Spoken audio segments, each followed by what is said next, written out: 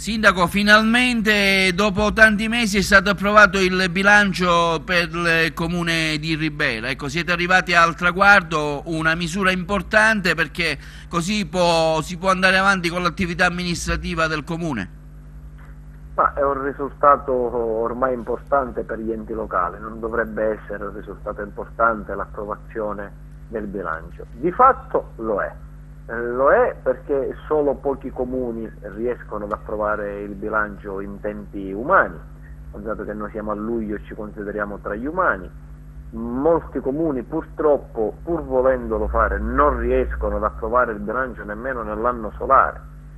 Voglio ricordare a me stesso che ci sono stati comuni che il bilancio di previsione 2016 l'hanno approvato addirittura nell'anno finanziario 2017 e purtroppo i comuni devono far fronte a una serie di tagli, di trasferimenti. Io ieri ho relazionato in consiglio comunale dicendo che dal 2008, preso come riferimento il 2008 come anno simbolico, anno più o meno della sfiducia dell'ex sindaco, mancano al comune di Ribera 22 milioni di euro di trasferimenti e per una percentuale che forse rende meglio l'idea, rispetto alla stessa data abbiamo trasferimenti in meno circa del 72%. I trasferimenti sono i fondi statali e regionali che arrivano agli enti locali.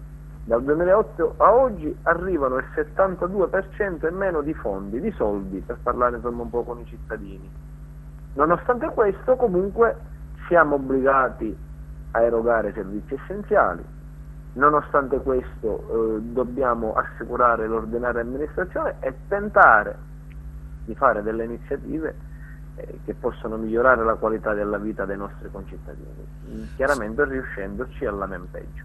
Sindaco, ecco, all'infuori di queste difficoltà che ormai sono un po' generali di tutti i comuni, come diceva lei, di tutte le amministrazioni, quali saranno i punti cardini di questo bilancio? Cosa avete previsto in particolare?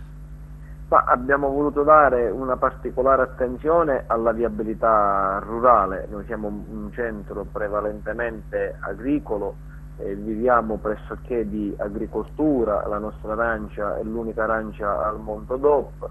Nonostante questo la situazione della viabilità rurale è fatiscente. Chiaramente con il piccolo investimento previsto in bilancio non si risolverà il problema della viabilità rurale. È un piccolo segnale nei confronti degli agricoltori per dire noi ci siamo, vogliamo darvi dei contributi importanti. Fermo restando che per risolvere il problema della viabilità rurale del comune di Ribera, ma di altri comuni, servono dei fondi esterni, mi riferisco ai trasferimenti regionali o comunque comunitari. Sindaco, ecco, parlando di estate, organizzerete qualcosa, eventi, manifestazioni, magari il solito Pizza Fest, ecco, parliamo anche di momenti ludici, visto che tanta gente arriverà a Ribera per godersi le vacanze estive. Sì, sarà un'estate sobria, saranno caratterizzate con dei piccoli intrattenimenti quotidiani sul lungomare, piuttosto che a Borgo Bonsignore o nella villa comunale di Ribera.